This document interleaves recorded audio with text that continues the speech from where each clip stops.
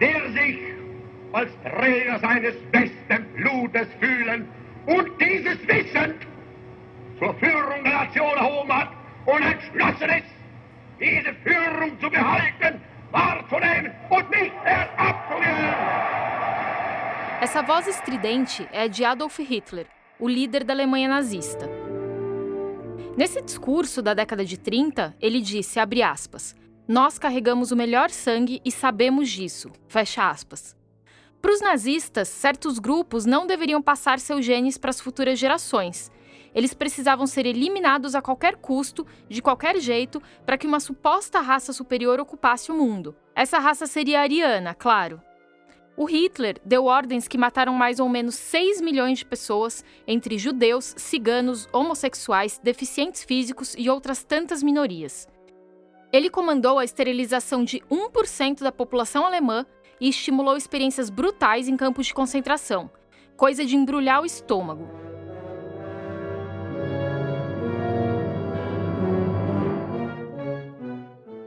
E por trás dessas atrocidades todas, tinha uma ciência relativamente nova, a eugenia. A derrota da Alemanha na Segunda Guerra Mundial e a descoberta dos horrores cometidos pelos nazistas transformaram a eugenia em um palavrão. Mas a gente não pode se enganar. Antes do Holocausto, a eugenia estava no centro de discussões médicas e sociais. A eugenia foi criada no século XIX pelo britânico Francis Galton. Ele era o primo mais novo de um cara que com certeza você já ouviu falar, o Charles Darwin. O Galton pretendia aperfeiçoar a espécie humana. Era uma biologia evolutiva aplicada, ou deturpada, para falar a verdade. A proposta era favorecer os mais inteligentes, os mais fortes, os mais aptos, e também impedir a disseminação dos mais fracos. Quem decidia quem era quem? O Galton, o Hitler, eram os membros de grupos dominantes e preconceituosos. Mas essas decisões vinham todas com um verniz científico. Antes de ser levada ao extremo durante o nazismo, a eugenia foi adotada em vários países, com destaque para os Estados Unidos. Milhares de norte-americanos foram esterilizados involuntariamente para fins eugênicos. E o Brasil não ficou de fora dessa, não. No início do século XX, médicos famosos como Carlos Chagas eram eugenistas. O ex-presidente Getúlio Vargas passou uma lei eugenista de imigração. O Monteiro Lobato, aquele mesmo do sítio do Pica-Pau Amarelo, ele defendeu abertamente essa ciência. Mas o grande nome da eugenia no país era outro, Renato Kell. Ele publicou dezenas de livros sobre esse assunto e a gente falou com o neto dele para esse episódio. Ele falava assim, vocês precisam ter orgulho disto, da sua pele, não sei o quê, né? Ele era completamente racista. Hoje em dia, chamar alguém de eugenista é ofensa pesada. Mas isso não significa que conceitos eugênicos tenham desaparecido. No dia 11 de maio de 2020, o médico Arnaldo Lichtenstein estava na bancada do Jornal da Cultura para comentar as medidas de contenção da pandemia de Covid-19. O assunto era a proposta de manter comércio, indústria, balada, tudo aberto e deixar o coronavírus circular para não acabar com a economia. Aí ele disse isso aqui. As pessoas que vão morrer, muitas, são os idosos. Aí tem a fala, mas já ia morrer mesmo. Ou as pessoas que já têm doença, já estavam doentes, e vão ficar os jovens e atletas. Isso chama eugenia. Eu sou Thaís Manarini. E eu sou o Theo Rupreste. A gente vai falar sobre a época de ouro da eugenia e também mostrar como ela segue meio disfarçada até hoje, mesmo depois que a ciência rebateu seus preceitos por completo. Este é o Ciência Suja, o podcast que mostra que em crimes contra a ciência, as vítimas somos todos nós.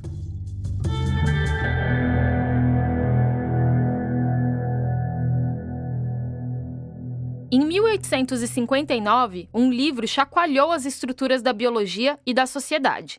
Era O Origem das Espécies, do inglês Charles Darwin. Para resumir bem a ópera, o Darwin mostra que um ser vivo pode nascer um pouquinho diferente dos outros da mesma espécie. Se essa alteração oferecer alguma vantagem em certo ambiente, ele tende a sobreviver e a se reproduzir mais do que os outros.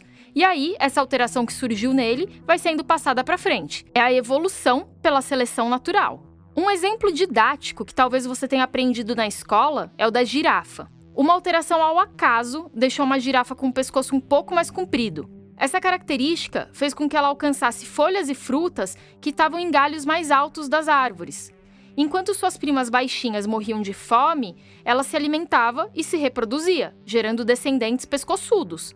Com o passar de muito tempo, as girafas de pescoço espichado tomaram conta da espécie. A primeira edição de A Origem das Espécies se esgotou rapidamente.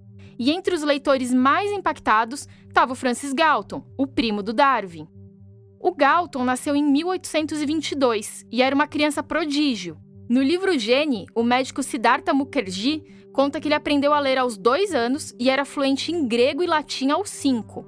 Seu avô, o Erasmus Darwin, era um médico reconhecido. Seu primo era o naturalista mais famoso do mundo. A grandeza estava no sangue da família. Ou pelo menos é nisso que o Galton deveria acreditar.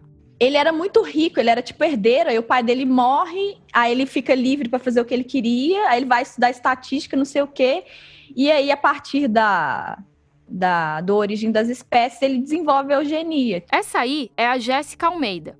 Ela é jornalista e está produzindo junto com o Vinícius Luiz o podcast Pelo Avesso, que tem uma temporada inteirinha dedicada à eugenia e que vale muito a pena ouvir. Eles também são apoiados pelo Instituto Serra Pilheira, igual a gente aqui do Ciência Suja. E a gente quis bater um papo pelo Zoom com o Vinícius e a Jéssica até para abordar o assunto de um ângulo diferente do deles. Mas acabou que a reunião foi ótima para entender nuances da eugenia e o perfil de alguns protagonistas dessa história. E aí o bate-papo naturalmente caiu no Galton. Tipo, então tá, meu primo fez isso aqui com os animais, então eu vou adaptar e vou aplicar aos humanos. A Jéssica tocou num ponto crucial agora. O Galton achava que daria para tomar as rédeas da natureza e fazer uma seleção artificial dos melhores seres humanos. Ele dizia que queria acelerar o progresso evolucionário. Em 1883, o Galton junta as expressões gregas eu, que quer dizer bom, com gênesis, que é nascimento, e aí chega a eugenia, ou bem-nascido. Para aprender mais sobre a origem e a disseminação da eugenia, a gente bateu um papo com o Vanderlei Sebastião de Souza. Ele é um historiador da Universidade Estadual do Centro-Oeste, no Paraná, e um estudioso da eugenia e da história da genética. Por causa da pandemia, essa e todas as outras entrevistas deste episódio aconteceram por videoconferência. O Galton não é culpado pelos horrores do nazismo. Todos nós concordamos com o aperfeiçoamento humano, se não exclui, ele é bom, né? É óbvio isso, né? Porque ele elimina doenças, ele faz com que as capacidades humanas sejam potencializadas, todos nós concordamos com isso. A grande questão é que se tinha um padrão do que era o ser humano ideal e do que era progresso humano. A ideia do eurocentrismo e do racismo científico era dominante na época.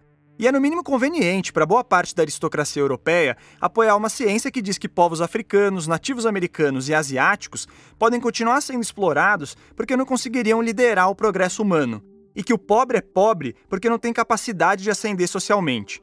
A eugenia e o próprio Galton são cercados de preconceito. Há inclusive relatos de que ele fez viagens pelo Egito e pelo Sudão e ficou chocado com os selvagens, bem entre aspas, que encontrou pelo caminho. Já o Darwin vinha de um lado abolicionista da família. Durante a expedição a bordo do navio Beagle pela América do Sul, e que serviu de base para o livro A Origem das Espécies, ele veio parar em Salvador, aqui no Brasil. Era o ano de 1832 e os maus-tratos com os escravos aconteciam na frente de todo mundo. Mesmo vendo negros sendo açoitados em praça pública, um dia o capitão do Beagle disse para o Darwin que os escravizados preferiam viver presos do que livres. Foi uma das poucas vezes que os dois brigaram feio. Então não é exatamente uma surpresa que o Darwin tenha mandado uma carta para o Galton discordando de suas interpretações sobre a origem das espécies. Nas viagens que fez, o Darwin via semelhanças que uniam os diferentes seres humanos.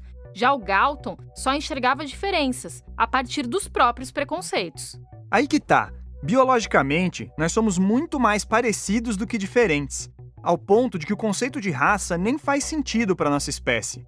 A maioria das variações genéticas entre os seres humanos ocorre dentro de uma mesma etnia. A gente tem aí uma história comum dentro da África de quase 200, 150, 200 mil anos, dependendo do registro. Depois tem 60 mil anos em que se expandiu por todo o planeta. A diferença genética entre um indivíduo e outro é 0,01%. Então, isso não é o suficiente. Essa é a geneticista Tabitha Hühnemeier, do Departamento de Genética e Biologia Evolutiva da USP. É uma enciclopédia envelopada em uma mulher loira, de olhos azuis e branca. pelo meu último teste, são 99,9% alemães, 001 finlandês. Se me coloca na África agora, eu morro de câncer de pele, acabou, sabe? É adaptação ao ambiente. Se me deixarem lá assim, jogada. As pessoas foram se adaptando conforme elas foram migrando para fora do continente, né? Então, é isso que tem que pensar aqui, o que a gente vê morfologicamente é simplesmente uma maneira de uma população sobreviver num ambiente extinto. Ponto. É claro que existem diferenças físicas visíveis entre as populações. Essas diferenças marcam um processo de adaptação a ambientes distintos. O problema é pegar essas variações morfológicas e atribuir um valor de melhor ou pior, de superior ou inferior. Por exemplo, há uma visão difundida até hoje de que na África, nas Américas e na Ásia não existiam seres humanos capazes de formar sociedades complexas e desenvolver tecnologias inovadoras.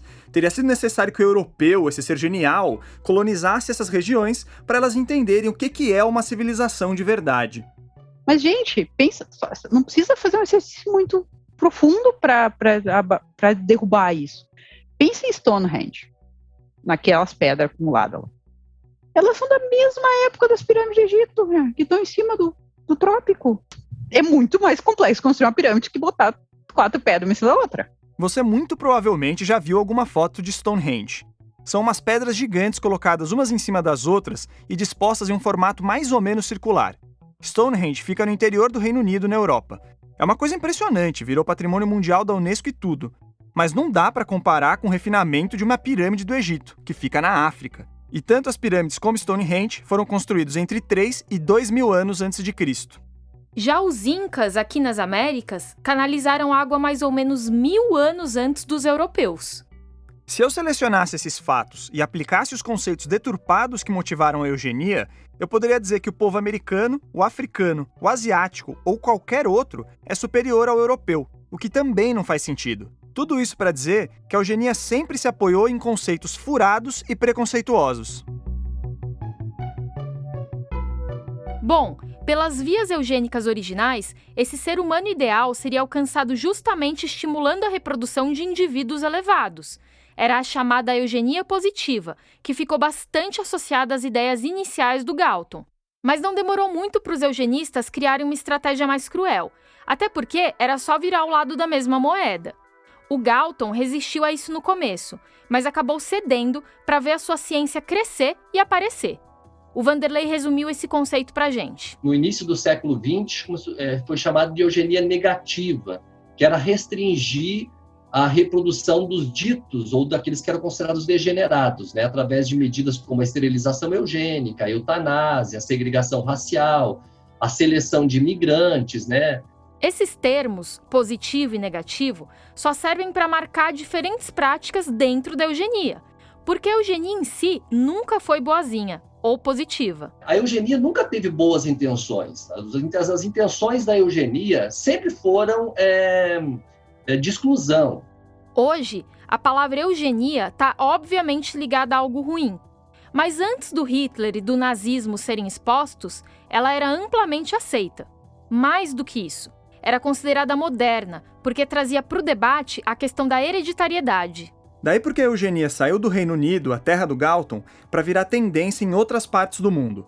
Um lugar que abraçou essa ciência foram os Estados Unidos. Mais de 70 mil indivíduos foram esterilizados involuntariamente por lá do início do século XX até o fim da Segunda Guerra. No final da década de 1920, 27 estados norte-americanos já tinham aprovado leis que previam esterilizações eugênicas. E quem era o alvo dessas políticas? Acima de tudo, pessoas que consideradas como degeneradas, como pessoas que tinham problemas de doenças mentais ou diagnosticadas, supostamente diagnosticadas com doenças mentais. Isso também é uma questão, quer dizer, mulheres, por exemplo, que se rebelavam contra as normas do seu tempo, eram vistas como mulheres que tinham problemas mentais, eram internadas e, em muitos casos, passavam por esterilização, né? Pessoas com certas doenças ou deficiências também estavam na mira da eugenia norte-americana. Inclusive, tem uma fofoca que o Hitler se inspirou nos Estados Unidos para levar adiante as ideias de purificação da raça. E parece que os americanos ficaram até com um pouquinho de inveja do projeto nazista. Tem a famosa frase de um médico que diz que Hitler está nos ganhando no nosso campo, né? Essa voz nova aí é do Ricardo Augusto dos Santos. Ele é um historiador da Fundação Oswaldo Cruz e pesquisador com foco na eugenia latino-americana. O Ricardo foi nosso primeiro entrevistado para esse episódio e eu lembro de ter saído aliviada da conversa.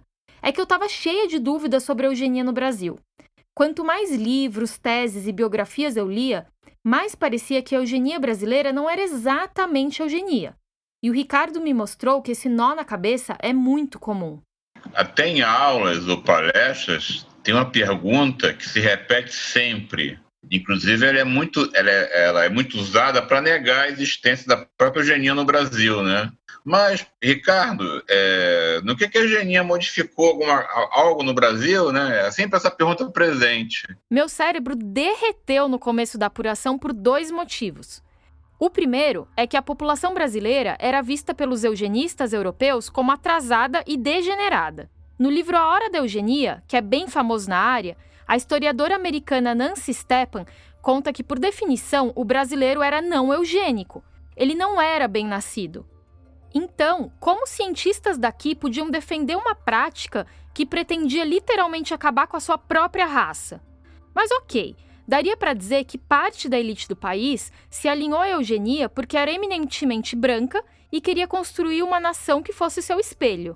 E o segundo motivo que bagunçou minhas ideias é que a eugenia brasileira, em particular, estava ligada a projetos de saneamento, educação básica e eliminação de doenças, que são coisas benéficas.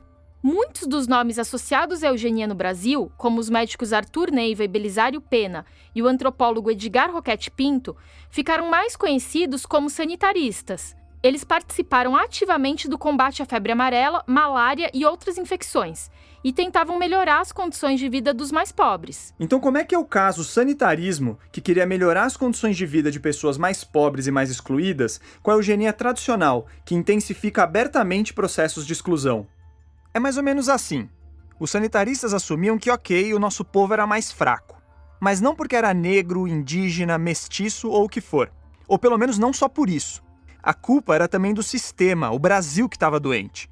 Se o caboclo fosse educado e curado de doenças, ele teria mais condições de aproveitar ao máximo suas capacidades. Algumas pessoas achavam até que esse brasileiro bem cuidado passaria atributos melhores para os filhos que nascessem. Então assim, o sanitarismo era um jeito de melhorar a raça brasileira e a eugenia seria outro. Foi dessa forma que os 2 movimentos juntaram os trapos aqui no Brasil. O Olegário de Moura, que foi vice-presidente da Sociedade Eugênica de São Paulo, soltou uma frase curtinha na década de 1910 que ficou famosa. Sanear é eugenizar. Tem um personagem clássico da nossa cultura que é ótimo para ilustrar essa história. Ele surgiu a partir da visão eugênica tradicional, mais ligada à Europa, e depois evoluiu para esse formato mesclado com o sanitarismo. É o Jeca Tatu, criado pelo escritor Monteiro Lobato. Terra! Inchada pra você, Jeca! O quê? Inchada pra você trabalhar! Só se for motorizado. Essa é uma adaptação do Jeca Tatu para o cinema, mas os primeiros textos sobre ele, que foram publicados pelo jornal O Estado de São Paulo em 1914, seguiam bem essa linha. O Jeca era descrito como um parasita. Ele era um sujeito preguiçoso e aproveitador por natureza. Isso era mais ou menos como Monteiro Lobato via os caboclos naquela época. Você também pode explodir com a acidentada história de nosso herói Tristonho. Você não vai tirar satisfação com o Vaca Brava? Tá mexendo com nossa filha outra vez. Acabar de fazer o cigarro, eu vou. Esse cigarro, né? Não, um maço. Pra falar a verdade, o autor do Sítio do Pica-Pau Amarelo era um eugenista mais raiz no comecinho do século XX. Mas aí o Monteiro Lobato começou a conviver com Arthur Neiva e o Belisário Pena, aqueles médicos que participavam do sanitarismo e do movimento eugênico ao mesmo tempo. E em 1918, o Monteiro Lobato já via e descrevia o Jeca de outro jeito. Eu ignorava que eras assim, meu caro Jeca, por motivo de doenças tremendas. Está provado que tens no sangue e nas tripas todo um jardim zoológico da pior espécie. É essa bicharia cruel que te faz papudo, feio, molenga, inerte. Quem chamou a nossa atenção para as diferentes fases do Jeca e do Monteiro Lobato foi o Ricardo, aquele historiador carioca. Então é muito difícil você tentar compreender um desses intelectuais, uma dessas ideias isolada desse contexto geral. Eu só pude perceber melhor essas nuances quando eu passei a estudá-los em conjunto.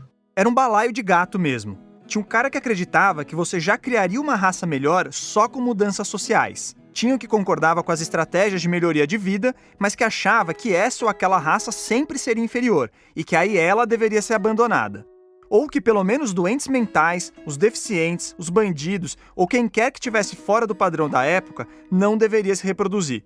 Não é à toa que existiam mais de 100 associações ligadas à eugenia no Brasil. Agora chegou a hora de falar do Renato Kell, o maior expoente da eugenia no Brasil. Ele nasceu em Limeira, no interior de São Paulo, no dia 22 de agosto de 1889. Como o sobrenome sugere, vinha de uma família alemã. O Kell se formou em farmácia e medicina e, justiça seja feita, teve participações importantes na área do sanitarismo. Ele é um dos responsáveis pela canalização do esgoto na Baixada Fluminense e lutou ativamente contra a malária. Então, ele também está nessa chave ali de um pé na higiene, no sanitarismo, outro pé na eugenia. E aqui, um momento casos de família. Por volta de 1921, o Kell se casou com a jovem Eunice Pena. Você prestou atenção no sobrenome? A Eunice era filha do Belisário Pena, aquele médico mais alinhado ao sanitarismo. Essa união é o retrato perfeito de que o sanitarismo e a eugenia podiam andar de mãos dadas e até casar. Bom, o Kell aproveitou da influência do sogro para ganhar destaque na comunidade médica e científica.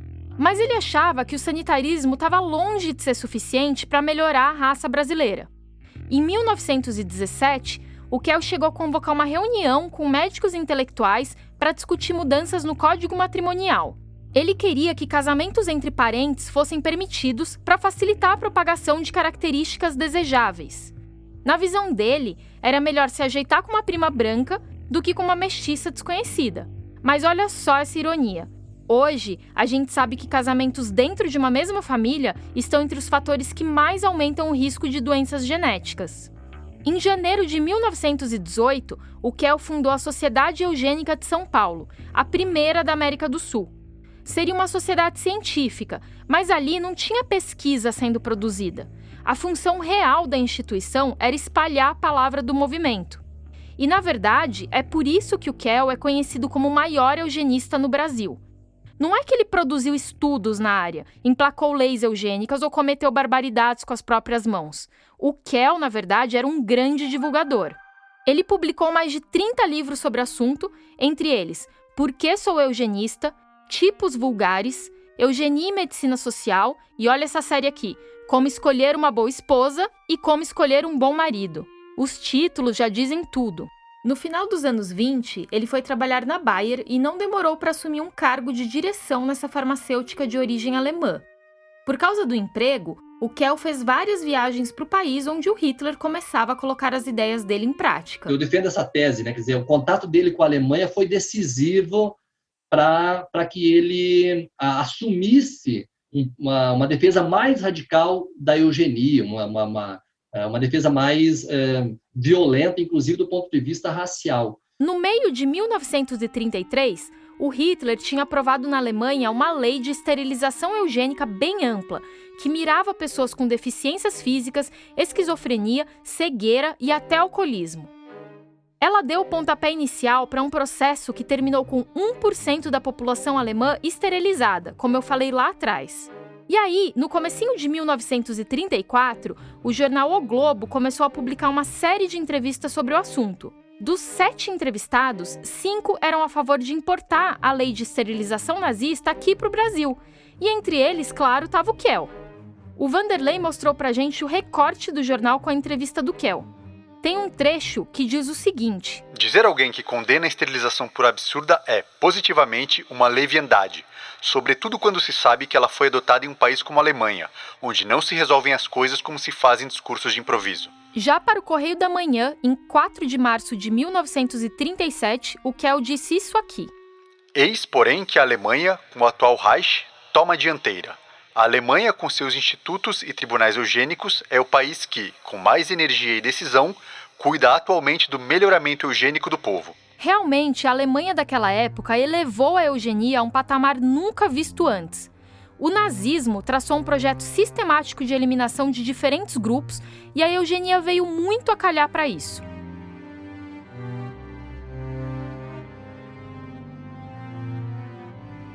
Além da esterilização, o avanço do regime matou minorias aos milhões.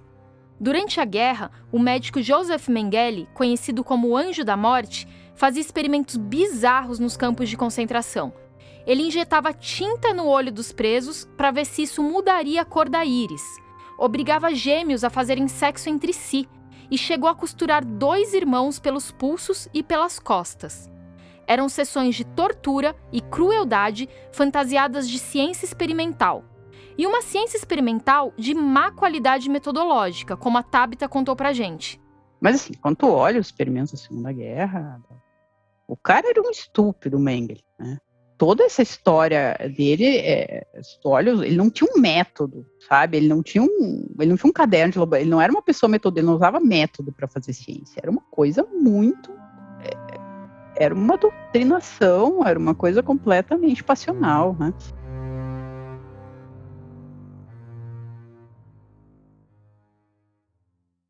Mas vamos voltar ao Renato Kell. Desde que a gente começou a investigar esse personagem, o sobrenome dele ficava martelando na minha cabeça. Eu já tinha lido ou ouvido esse nome, esse Kell, em algum lugar antes. E aí me deu o estalo. O Kell que eu lembrava era da Maria Rita Kell, uma psicanalista conhecida no Brasil de hoje. Ela participou da Comissão Nacional da Verdade, que investigou crimes da ditadura, escreveu um monte de livros e simpatiza com movimentos de esquerda. E a Maria Rita é, quem diria, a neta do eugenista Renato Kell. Eu mandei mensagem nas redes sociais dela, falei com a assessoria de imprensa de diferentes editoras de livros que a Maria Rita Kell publicou, mandei e-mails e, finalmente, num comecinho de noite, meu celular tocou. Alô? Oi, tudo bem? Quem é? A Maria Rita não queria dar entrevista naquele momento, um pouco pelo assunto, mas principalmente porque estava absolutamente cheia de coisas para fazer. E do nosso lado do Ciência Suja, a gente tinha um prazo para produzir esse episódio, então não dava para esperar até a agenda dela acalmar. Quem solucionou o impasse foi a própria Maria Rita. Ela sugeriu que a gente falasse com o irmão dela, o José Renato Kell. Aliás, não confundam José Renato com Renato Kell. Eu topei, mas confesso que na hora fiquei com uma sensação de estar indo para um plano B. Só que esse sentimento sumiu logo que eu comecei a conversar com o irmão da Maria Rita. E não só porque o José Renato é uma simpatia e trouxe uma visão única do avô, mas porque mostrou um documento histórico inédito, que nem ele sabia que tinha até pouco tempo atrás. A gente já traz essa história, mas antes o intervalo rapidinho. O podcast Ciência Suja tem o apoio do Instituto Serra Pilheira, que financia projetos de pesquisa e de divulgação científica no Brasil. Acesse serrapilheira.org para ver todas as iniciativas que eles apoiam. E a gente também depende muito de você que está nos ouvindo. Siga o Ciência Suja nas redes sociais e compartilhe nossos episódios. Sua propaganda faz toda a diferença para o sucesso do nosso projeto. Oi, aqui quem fala é Jéssica Almeida, que você já ouviu nesse episódio. Se você ficou interessado em saber mais sobre a eugenia, te convido para escutar o podcast Pelo Avesso, que está dedicando uma temporada inteira a esse assunto. A cada 15 dias, às quartas-feiras, eu e Vinícius Luiz reviramos histórias sobre o surgimento dessa ciência, como ela se espalhou pelo mundo e como atuou aqui no Brasil. Assine nosso feed no seu tocador de podcast favorito. Professor. Bom dia. Olá. Tudo bem? Tudo bem. Bom dia. O time todo do Ciência Suja estava nessa entrevista com o José Renato Kell, o irmão da Maria Rita Kell e o neto do Renato Kell. E eu sou arquiteto, formado em arquitetura, mas eu tive uma carreira profissional bem heterodoxa, vamos dizer, né? Bem estranha. Na década de 70, ele trabalhou com o pai em um escritório de design de produtos. Aí, começou a estudar astrologia com um cara que está bem famoso hoje em dia, o Olavo de Carvalho, aquele que não descarta a possibilidade de a Terra ser plana. O José Renato deixou claro pra gente que não compartilha com nenhuma das ideias atuais do guru do bolsonarismo. Mas bom, ele entrou no ramo da astrologia e seguiu essa linha até meados dos anos 80. Aí, em 1988, ele virou professor de arquitetura e design na Fundação Armando Álvares Penteado, a FAAP. O José Renato está hoje com 66 anos. Ele tem a pele clara, barba e cabelos brancos e uns óculos de grau no estilo aviador. É uma pessoa expansiva que gosta de falar. Ou pelo menos ele foi assim com a gente, o que é uma maravilha para jornalistas e algo digno de nota quando o tema da conversa é o seu avô eugenista. a gente falava, vô, e se morrer, você acha que você vai para o céu? Ele falava assim, eu vou para o céu montado num cacho de banana. Como assim, montado num cacho de banana? Mandando banana para todo mundo. Então... Apesar de o Renato Kell, o avô, ter ocupado cargos como diretor da Bayer, ele apostou em uns investimentos furados e perdeu muito dinheiro. E com o fim da Segunda Guerra Mundial, também ficou mais difícil ser autor de livros eugenistas. Então, da década de 60 até a sua morte em 74, ele foi morar junto com a esposa no fundo da casa do filho, que era o pai do José Renato e da Maria Rita. Então eu convivi muito com ele. Dos 8 anos de idade, vamos dizer, até os 16, até os 20 e poucos, né? Com os netos, né?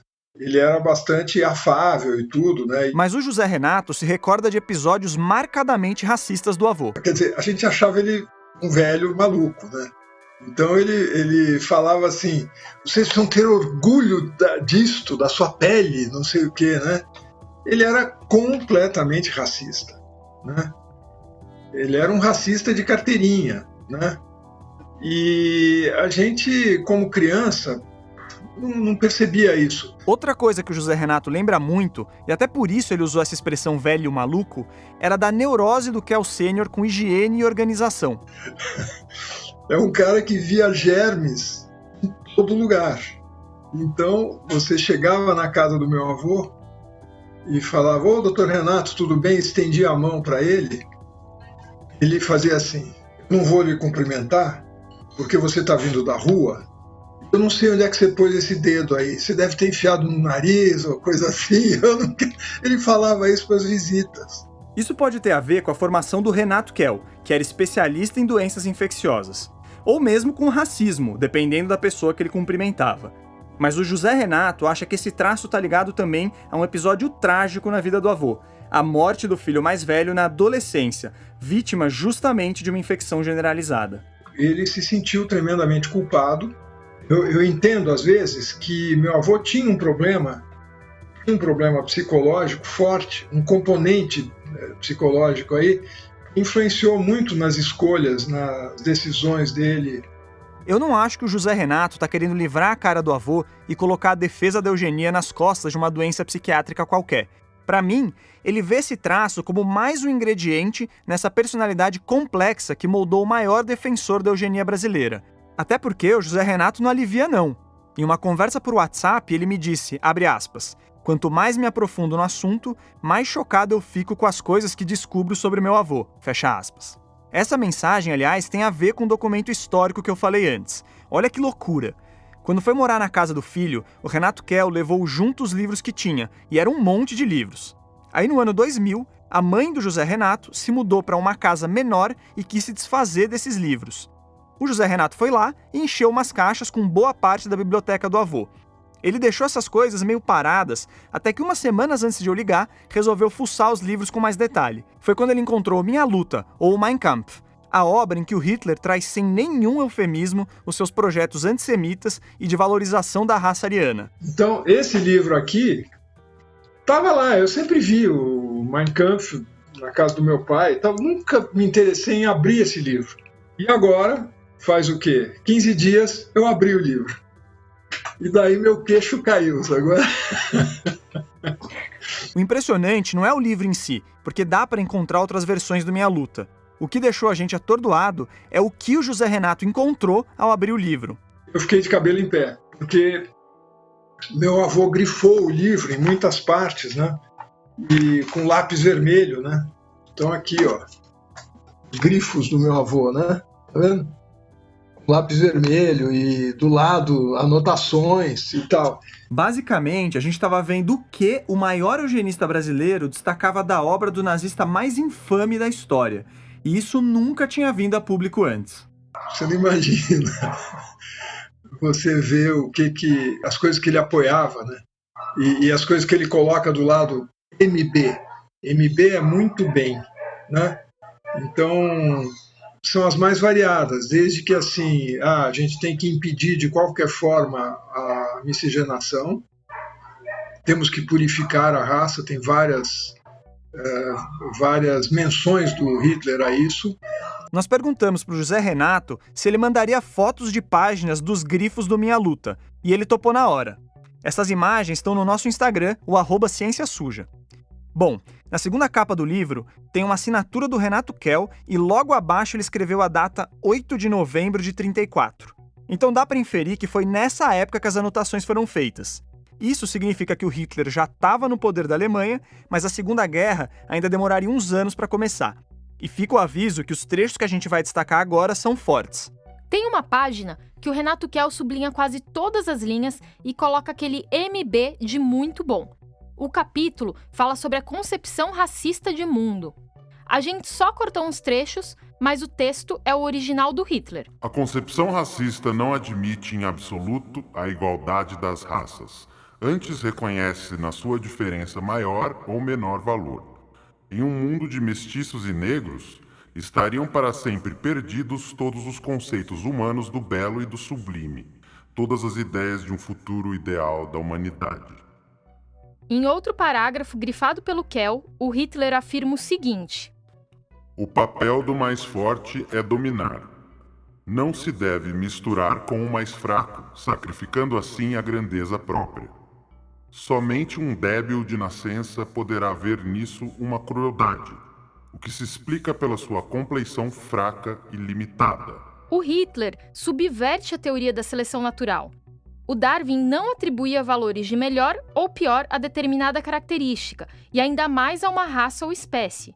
O mosquito não é pior que o ser humano, e uma pessoa negra não é pior do que uma branca. O Darwin também nunca falou que uma espécie ou uma raça tem que dominar a outra. A seleção natural propõe apenas que certas características podem facilitar a adaptação a um meio específico e que se espalham na espécie por isso. Ponto final. Outros trechos que o Kell destaca no Minha Luta mesclam essas ideias eugênicas com autoritarismo e com uma espécie de guerra permanente contra supostas raças inferiores. Talvez o conceito pacifista humanitário chegue a ser de fato aceitável quando o homem que for superior a todos tiver previamente conquistado e subjugado o mundo, ao ponto de tornar-se o senhor exclusivo dessa terra. Portanto, primeiro a luta e depois, talvez, o pacifismo. Principalmente depois que o projeto Genoma Humano anunciou seus resultados, em 2000, ficou claro que os seres humanos são muito, mas muito parecidos entre si. Como a Tabita disse, não há raças diferentes. E também não existe nenhum estudo sério que afirme que essa ou aquela cor de pele deixa a pessoa mais inteligente ou forte. Isso nem faz sentido do ponto de vista biológico e genético.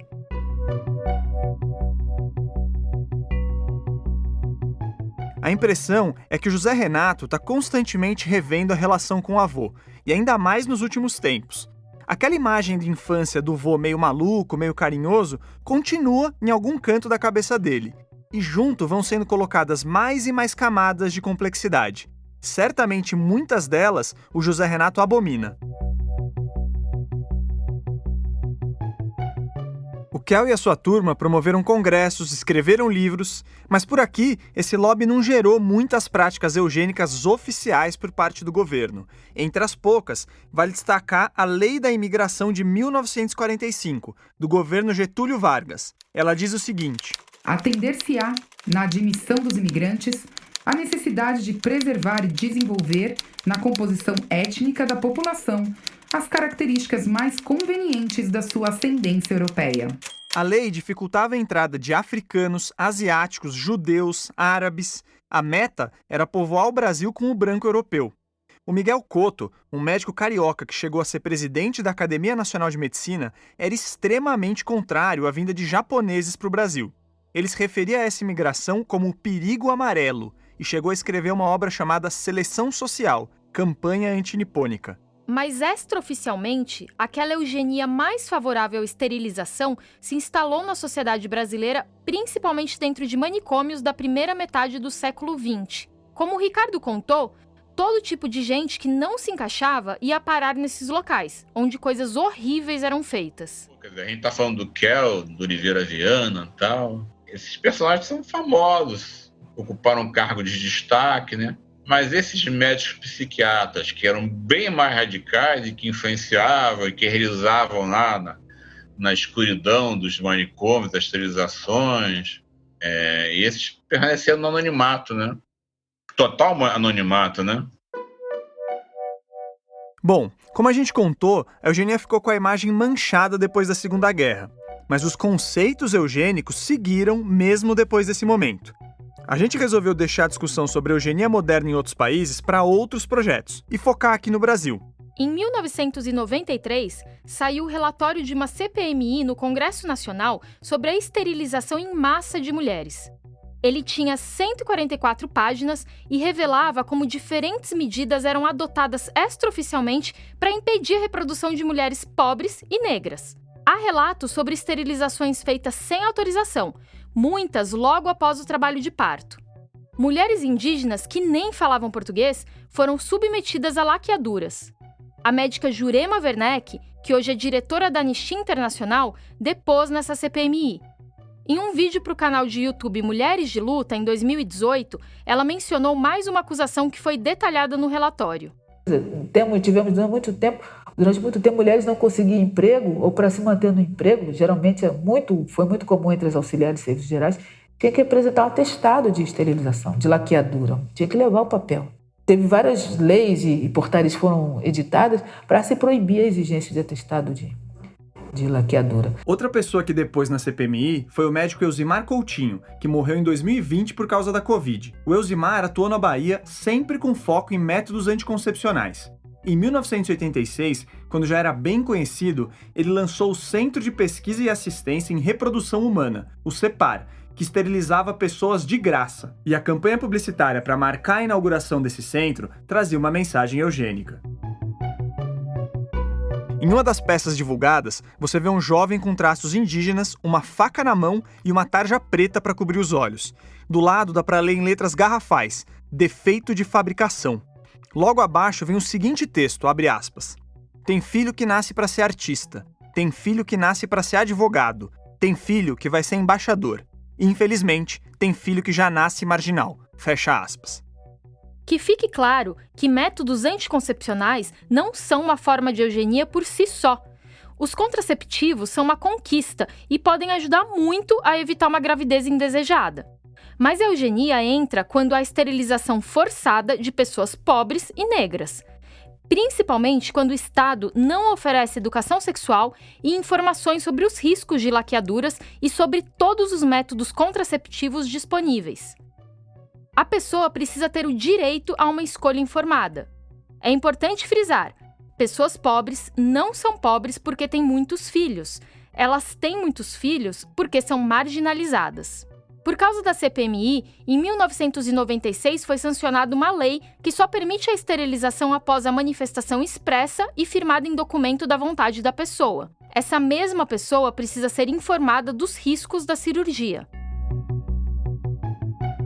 O racismo e alguns conceitos eugênicos também estão no sistema de justiça brasileiro. Para entender melhor essa relação, a gente entrevistou a Dina Alves. Ela é advogada e doutora em Ciências Sociais na área de Justiça, Sistema Prisional e Gênero pela Pontifícia Universidade Católica de São Paulo, a PUC. No trabalho de mestrado, a Dina avaliou mulheres negras que estavam presas e as suas sentenças. Uma parte do título da pesquisa já diz muito: Rés negras e juízes brancos. Quando eu li a dissertação da Dina, foi impossível não traçar um paralelo com a eugenia lá das décadas de 1920 e 1930. Se antes eram homens brancos das ciências, os homens da lei, hoje esses homens da ciência jurídica, os juízes brancos, é quem de fato comanda o país no sentido de pensar como a justiça é distribuída. A Dina encontrou decisões de juízes que colocaram mulheres negras na cadeia com justificativas como essa, abre aspas: ela tem um caráter incorrigível e demonstra personalidade deformada e voltada à prática delituosa, fecha aspas. Tá vendo que não é uma questão de prova ou de evidência de crime? Esse aí é um discurso impregnado de racismo. A Dina afirma que é comum que as mulheres negras com filhos sejam vistas como promíscuas, dependentes de programas sociais e moralmente corruptas. Elas são, abre aspas, úteros de fabricar marginais. Quando essa mulher vai para a cadeia, fica mais difícil gerar descendentes, e a proximidade com o crime aumenta o risco de morte. É aí que a eugenia dá seus respiros. Durante a pesquisa, a Dina não encontrou vítimas de esterilização involuntária nas cadeias, mas ela lembrou de uma história que escancara ainda mais a relação entre conceitos eugênicos e o sistema de justiça brasileiro. É o caso da Janaína Aparecida Quirino, uma moradora de rua presa por tráfico de drogas. Janaína tinha 36 anos e 7 filhos quando a promotoria de Mococa, no interior de São Paulo, abriu um processo para que ela fosse esterilizada à força. O juiz aprovou e o procedimento foi feito logo após o nascimento do seu 8º filho. Isso aconteceu em fevereiro de 2018. Então, isso revela como as políticas de segurança pública são pensadas, são articuladas, né, e como o corpo das mulheres negras são vistos aos olhos desse olhar patriarcal, racista, que é o poder judiciário. Seguindo a mesma linha, daria para falar de conceitos eugênicos na permissividade do Estado com as mortes de pobres e pretos em confrontos com a polícia brasileira. Um levantamento de 2020 do Instituto de Segurança Pública do Rio de Janeiro mostrou que 78% dos mortos em ações policiais nesse estado em 2019 eram pretos e pardos. Que no meu entendimento tem a ver sim com políticas eugênicas, com interpretações eugênicas, com descaso com a vida de algumas pessoas, de alguns grupos sociais, em detrimento de outros, né? Foi o professor Vanderlei que se ouviu aí mais uma vez quem relacionou Jair Bolsonaro com o episódio de eugenia. Até agora, são 2 episódios sobre ciências sujas diferentes, com 2 aparições especiais do nosso presidente. Escuta aí um trecho de um discurso dele em março de 2009, quando ele era deputado. Meus companheiros, o Lula anunciou ontem 1 milhão de casos populares. Eu gostaria que, junto com essa proposta, fosse anunciado também 1 milhão de laqueaduras e vasectomias. Em uma reportagem de 2018, a Folha de São Paulo ressaltou que o controle de natalidade defendido por Jair Bolsonaro por décadas tinha foco nos pobres. A matéria lembra ainda que em 2014, o Carlos Bolsonaro, 02, chegou a escrever em uma rede social que o Bolsa Família só deveria ser oferecido a quem passasse por uma laqueadura ou vasectomia. Diz aí se o Renato Kell não ficaria orgulhoso. Outra demonstração da simpatia do Bolsonaro por medidas que flertam com a eugenia é a resposta do governo federal ao coronavírus. Lembra da declaração do médico Arnaldo Lichtenstein que a gente citou lá no começo do episódio? Ele tinha falado que deixar tudo aberto e apostar na imunidade de rebanho sem vacinas era uma política eugênica. Então vamos explicar esse raciocínio. O Bolsonaro, como a gente sabe, sempre foi contra o fechamento de qualquer estabelecimento para conter a transmissão do vírus. A política de fechar tudo e ficar em casa não deu certo. O presidente faz pouco caso da máscara e defende tratamentos ineficazes contra a Covid. Isso faz as pessoas acharem que, se pegarem o coronavírus, só precisam tomar uns comprimidos que tá tudo bem. Então não teria por que ficar em casa. Eu confio na hidroxicloroquina. E você? Até pouco tempo atrás, o Bolsonaro reclamava até das vacinas. Da China nós não compraremos, né? É decisão minha. Eu não acredito que ela transmita segurança suficiente à população pela sua linha. Ou seja, o Jair Bolsonaro estimulou por várias vias a tal imunidade de rebanho, sem o uso da vacina. Ele queria que o coronavírus circulasse para a maioria dos brasileiros ser infectada rapidamente e desenvolver anticorpos. Isso faria o vírus parar de ser transmitido. Tirando o fato que não tinha como saber se isso realmente aconteceria, e as variantes mostraram que essa história é mais complexa, há outra questão aí. Essa política causaria muitas mortes a mais, na ordem de 1 milhão para cima. E quem mais morreria seriam idosos, pessoas com comorbidades e os mais pobres. Do ponto de vista da autoridade pública, fazer a defesa da imunidade de rebanho como saída é você, sim, aplicar um projeto de eliminação dos mais frágeis, dos mais vulneráveis, né? Inclusive da população mais pobre também, que teria mais dificuldade de acessar hospitais, enfim, né? O Vanderlei contou que sempre houve um cuidado entre os historiadores de associar acontecimentos da atualidade com práticas eugênicas, para a gente não acabar caindo num sensacionalismo. Mas o noticiário tem feito ele rever esse conceito. Não é que o governo tem um projeto organizado em cima da eugenia, que nem no nazismo. Não é isso. mas ele adotou uma postura ativa para impedir o controle da pandemia, sabendo que pessoas mais velhas, mais pobres ou com algumas doenças sofreriam especialmente com a Covid. O Bolsonaro assumiu uma estratégia que privilegia a sobrevivência de certos grupos em detrimento de outros, e esse é um conceito eugênico. Desde o começo da apuração do episódio, a gente se perguntava: qual o limite ético da ciência moderna? Porque a medicina de hoje faz manipulações genéticas. Há pouco tempo, por exemplo, a Anvisa aprovou a primeira terapia gênica no Brasil contra a distrofia hereditária da retina. Com uma intervenção bem cara em um gene específico, você pode impedir que a pessoa fique cega. E a terapia gênica vai lidar apenas com a mutação que causava um problema sério. Ela não mexe em outros genes e nem com os gametas, ou seja, não interfere nas próximas gerações. Mas a discussão complica um pouco, por exemplo, quando a gente fala de seleção de embriões na reprodução assistida ou mesmo do aborto de fetos com certas características. O debate científico e ético é enorme, mas dá para resumir assim: se essa seleção vai impedir que uma criança nasça com uma doença gravíssima, tudo bem.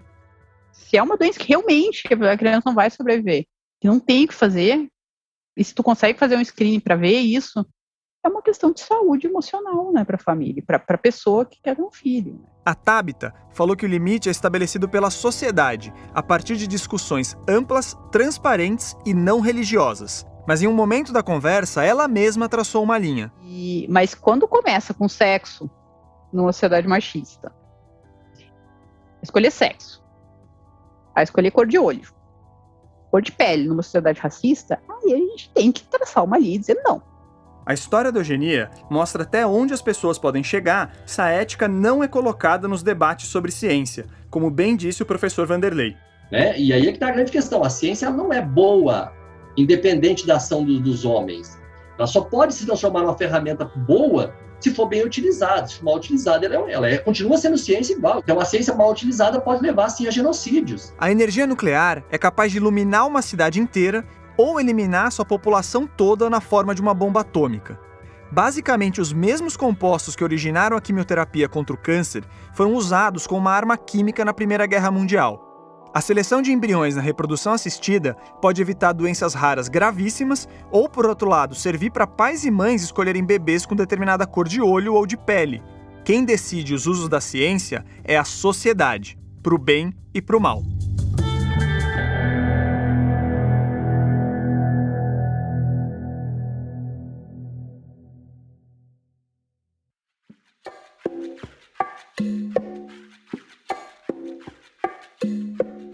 O podcast Ciência Suja é apresentado por mim, Thaís Manarini, e pelo Theo Ruprecht.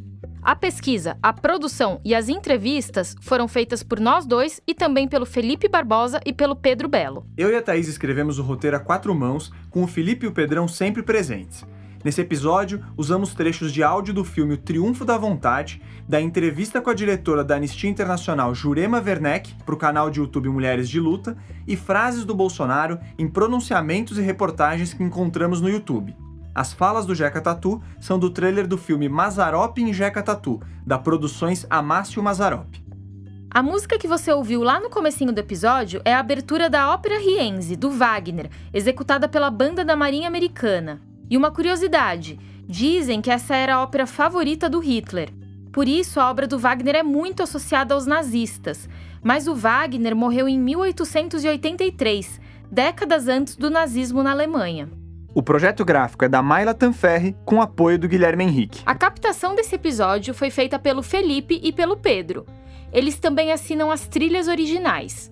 Já a edição, sonorização e mixagem são do Felipe Barbosa. As vozes complementares são da Ana Campos, do Felipe e do Pedro. Tá gostando do Ciência Suja? Então acesse nosso perfil nas redes sociais para ter acesso a mais conteúdos e discussões. E siga a gente na sua plataforma de podcasts preferida para não perder nenhum episódio. Eu queria agradecer os nossos entrevistados e também um amigo meu de infância, o Thomas Breuel, que é fluente em alemão e me ajudou a entender trechos de um discurso do Hitler. E também a Silvia Maria Gross, a mentora do Ciência Suja. E um obrigado ao Instituto Serra Pilheira, que apoiou o nosso projeto, além de outras tantas iniciativas de divulgação científica no Brasil inteiro. Até daqui 2 semanas.